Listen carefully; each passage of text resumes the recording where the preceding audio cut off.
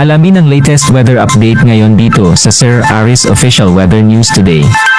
Kaninang alas 4 ng umaga, huling namadaan yung sentro ni Bagyong Ada sa layong 175 kilometers silangan ng Huban sa may Sorsogon. May taglay itong lakas ng hangin na malapit sa gitna na umabot ng 85 kilometers per hour. Pagbugso na umabot ng 105 kilometers per hour. Sa kasalukuyan, gumagalaw ito west-northwestward sa bilis na 20 kilometers per hour.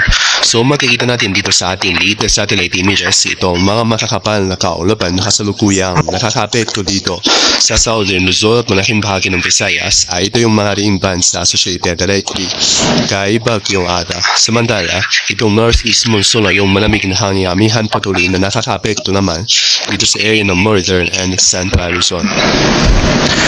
At ito yung ating latest track and intensity forecast para kay Bagyong Ada na isog kanina alas 5 ng madaling araw.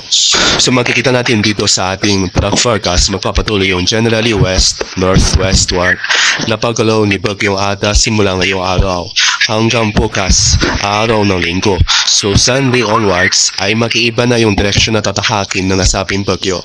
Magsisimula na yung recurving pattern nito, may generally northward na yung paggalaw up until sa araw ng Tuesday next week. So from today until tomorrow mapapatuloy yung west-northwestward. So starting na sa araw ng Sunday ay generally northward and then northeastward yung paggalaw. So magre-recurve yung direksyon ni Ada. So kumbaga, lilis ito papalayo sa ating bansa. So sa ngayon papanatili nito ang tropical storm category habang binabaybay itong Philippine Sea o itong karagatan sa silangang bahagi ng ating bansa.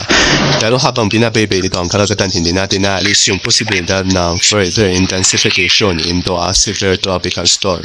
So mapapanatili dito ang lakas bilang isang tropical storm and then after curving ay sisina ito bilang isang tropical depression category sa araw ng Wednesday and Thursday next week. So for now, inasamtalin natin na ngayong hapon hanggang bukas ng gabi ang close approach o yung bahaging paglapit ng sentro ni Bagyong Ada dito sa area ng Catanduanes. Pero kung magkaroon man tayo ng significant change sa ating track, for example, yung further westward shift na ating track, ay hindi natin alis yung posibilidad ng landfall o yung direktang pagtama ng sentro ni Bagyong Ada anywhere along Bicol Region.